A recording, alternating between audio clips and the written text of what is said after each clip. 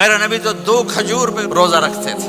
اور ایک بڑا خوبصورت واقعہ ہے رمضان کا، کہیں سے بکرے کی سری پکی ہوئی آ گئی تو آپ بڑے شوق سے کھا رہے تھے، اور ساتھ ارباز بن ساریہ بھی تھے، حضرت علی بھی تھے اور حضرت مقداد بھی تھے، 3-4 آدمی سری کھا رہے تھے۔ بلال رضی اللہ تعالیٰ عنہ آئے کہ یا رسول اللہ سحری کا ٹائم ختم ہو گیا ہے، میں اذان دینے جا رہا ہوں، آپ کھانا پینا بند فرما دیں۔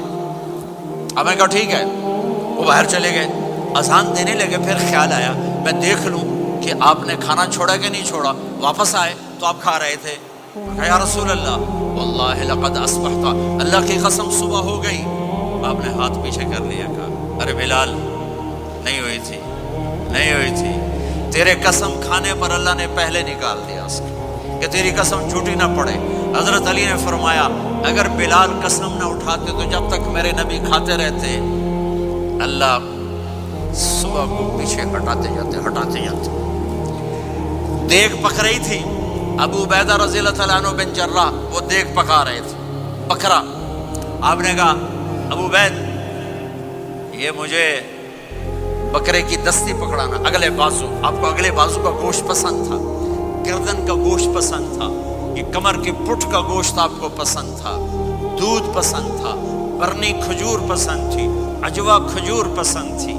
تو کہنے لگے عبید یہ دستی پکڑانا، تو انہوں نے ایسے بکرے کا بازو نکال کے پورا آپ نے یوں پکڑا، نوچ کے پھینکا، کہ دستی پکڑانا۔ انہوں نے یوں نکالا لوئی سر، آپ نے پکڑا، کھایا، کہا مجھے بکرے کا بازو دستی پکڑانا۔ کہا یا رسول اللہ بکرے کی 2 ہی ہوتی ہیں۔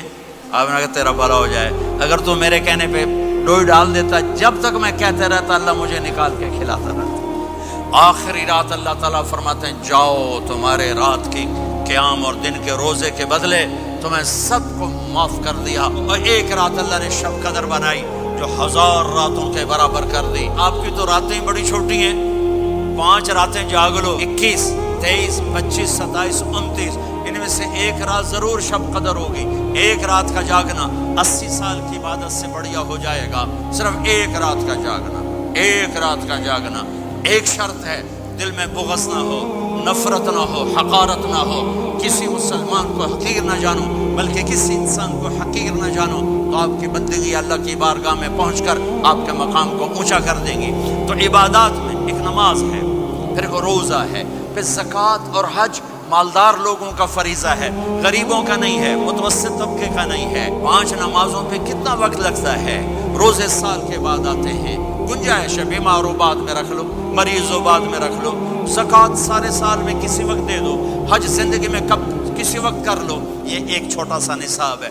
دوسرا میرے نبی کی زندگی کا پہلو جسے میں ہائی لائٹ کرنا چاہتا ہوں، جو نمایاں ہے، جو روشن ہے، وہ میرے نبی کی زندگی ہے، وہ میرے نبی کے اخلاق ہیں، وہ میرے نبی کا درگزر ہے، میرے نبی کا پیغام محبت ہے۔ میرے نبی نے فرمایا اسلام کا سب سے مضبوط عمل کیا ہے؟ ایو اور الاسلام اوثق، صحابہ نے کہا الصلاۃ، نماز۔